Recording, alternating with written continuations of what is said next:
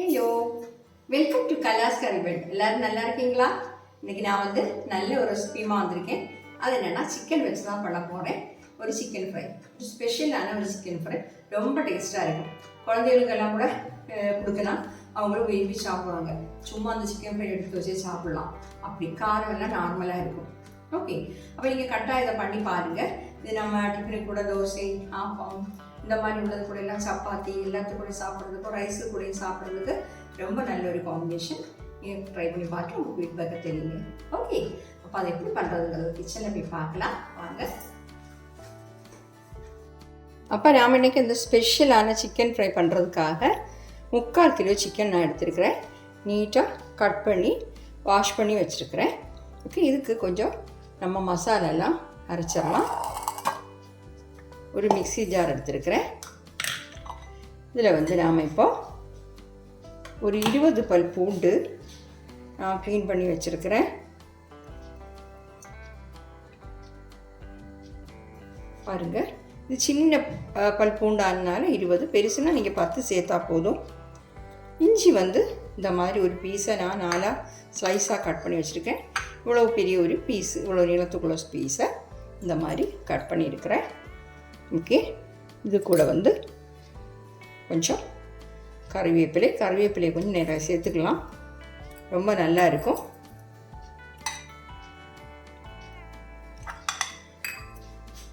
ஒரு 8 காஞ்ச மிளகாய் சேர்க்குறேன். அதையும் சேர்த்துட்டு ஒரு 6-7 சின்ன வெங்காயம் அதையும் சேர்த்துடலாம். கொஞ்சமாக கொத்தமல்லி தழை அதையும் சேர்த்துடலாம். இதில் கொஞ்சம் சோம்பு சேர்க்கணும். இதில் 1 டீஸ்பூன் சோம்பு சேர்க்குறேன். இது எல்லாத்தையுமா நம்ம தண்ணி எல்லாம் சேர்க்காம குறப்பாக அரைச்சி எடுத்துகிட்டு வந்துடலாம். இதெல்லாம் எள்ளதானே போட்டிருக்கோம், சீக்கிரமாக அரைஞ்சிடும். நிறைஞ்சிருந்தாலும் பிரச்சனை இல்லை. ஓகே, ஒரு சுற்றினா போதும். இந்த மாதிரி குறப்பாக அரைச்சிக்கோங்க. இப்படி இருந்தால் நம்ம ஃப்ரை பண்ணும்போது நல்ல டேஸ்ட்டாக இருக்கும். ஓகே, இதை நாம் இப்போ இந்த சிக்கன் க்ளீன் பண்ணி வச்சுக்கக்கூடிய சிக்கனில் இதை சேர்த்துடலாம்.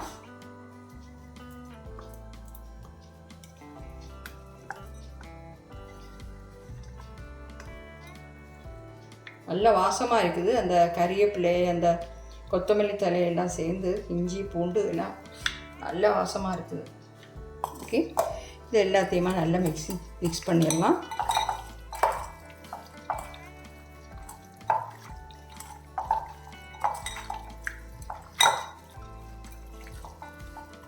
இதெல்லாமே நல்லா மிக்ஸ் பண்ணிட்டோம். இதில் கொஞ்சம் இன்னும் கொஞ்சம் சாமான்லாம் சேர்க்கணும்.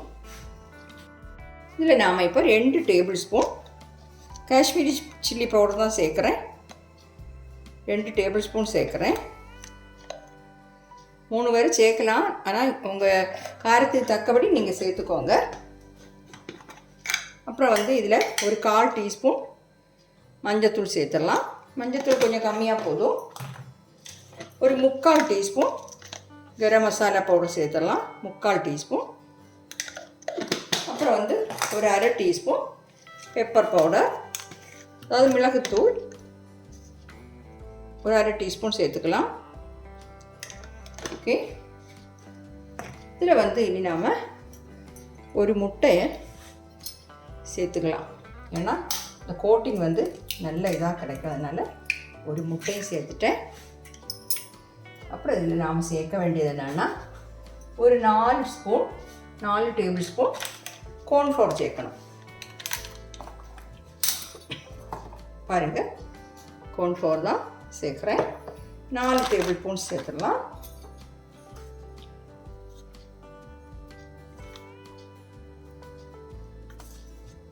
ரொம்ப டேஸ்ட்டாக இருக்கும் இந்த மாதிரி சிக்கன் ஃப்ரை. இந்த கோட்டிங் எல்லாம் சூப்பராக நல்லா இருக்கும். ஓகே, அதையும் சேர்த்துட்டோம். தேவைக்கு உப்பு சேர்த்துக்கலாம்.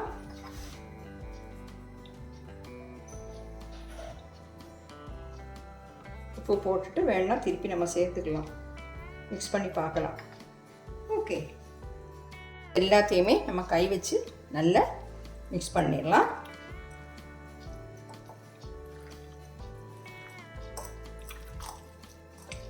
இது கூட நாம் வந்து இனி ஒரு நாரங்காய் வந்து அதை பிழிஞ்சு அதுக்கு ஜூஸ் எடுத்து வச்சுருக்கிறேன். ஒரு நாரங்காயோட ஜூஸு அதையும் சேர்த்துடலாம்.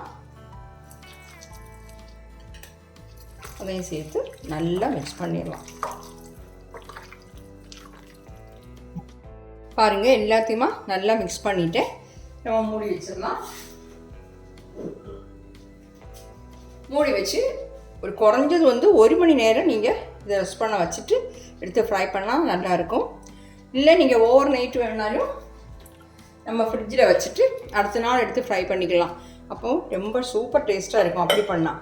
ஓகே, இப்போ நான் மூடி வச்சுருக்கேன். 1 மணி நேரத்துக்கு அப்புறம் நம்ம எடுத்து ஃப்ரை பண்ணிக்கலாம். இப்போ பாருங்கள், நம்ம மேரினேட் பண்ணி வச்சு 1 மணி நேரத்துக்கு மேலே ஆயிடுச்சு. நான் சொன்னது மாதிரி ஓவர் நைட் வேணாலும் உங்களுக்கு வைக்கலாம், நல்லா தான் இருக்கும். பாருங்கள், இப்போ வந்து இந்த மசாலாலாம் நம்ம பீசஸில் எல்லாம் பிடிச்சி நல்லா இருக்குது. நீ இதை ஃப்ரை பண்ணி எடுத்துட வேண்டியது தான். அதுக்காக நான் ஆயில் சூடு பண்ண வச்சுருக்கிறேன். ஆயில் வந்து நல்லா சூடாகணும். ஹை ஃப்ளேமில் வச்சு சூடு பண்ணிக்கோங்க. நல்லா சூடானதுக்கப்புறம் நம்ம ஃப்ரை பண்ணுறது மீடியத்துக்கும் லோக்கு இடையில வச்சு ஃப்ரை பண்ணலாம். ஓகே, ஆயில் நல்லா சூடாகிடுச்சு. ஒரு பீஸாக நமக்கு இந்த மசாலாவோடு சேர்த்தே போட்டுக்கலாம். ஆயில் சூடாக முன்னால் போட்டால் அந்த மசாலாலாம் அந்த எண்ணெயிலே ஆகிடும். பாருங்கள், நல்ல சூடாகிடுச்சு. ஒரு பீஸாக சேர்க்குறேன். மசாலாலாம் அந்த பீசஸில் பிடிச்சி சூப்பராக இருக்குது.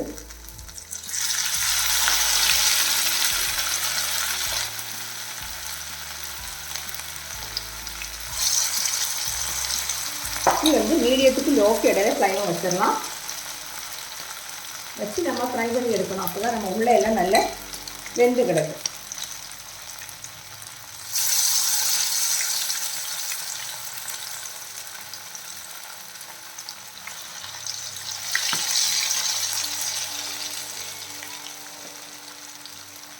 ரெண்டு வாட்டியாக தான் ஃப்ரை பண்ணி எடுக்க முடியும்.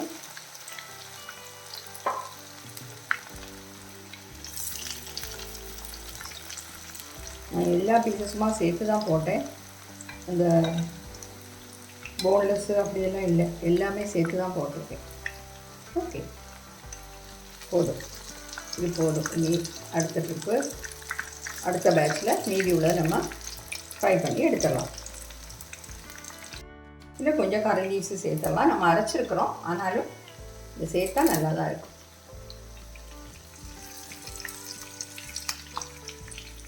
போட்டு ஒரு 2 நிமிஷத்துக்கு அப்புறம் தான் நம்ம திருப்பி போடணும்.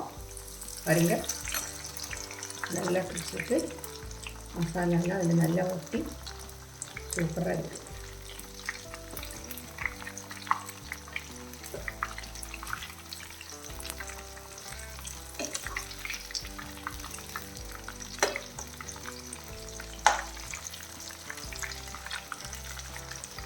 இதே மாதிரி எல்லாத்தையுமே நான் மறைச்சி திருப்பி போடுறேன்.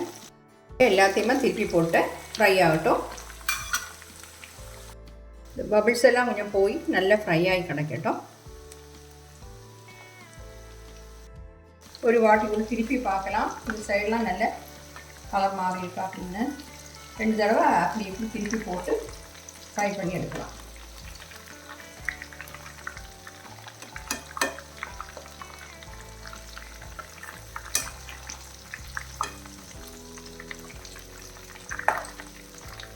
பாருங்க, ஒரு 2 நிமிஷம் கூட கிடக்கட்டும். 2 நிமிஷம் கூட ஃப்ரை ஆகட்டும். அதெல்லாம் நல்லா ஃப்ரை ஆகிட்டு.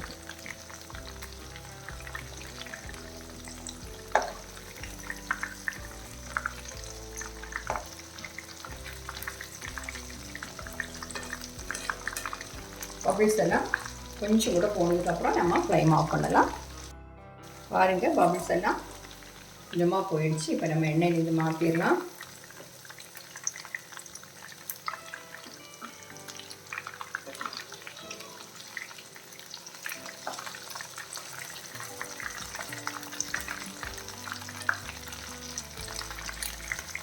எல்லா பீசஸையும் இந்த மாதிரி எடுத்துடுறேன்.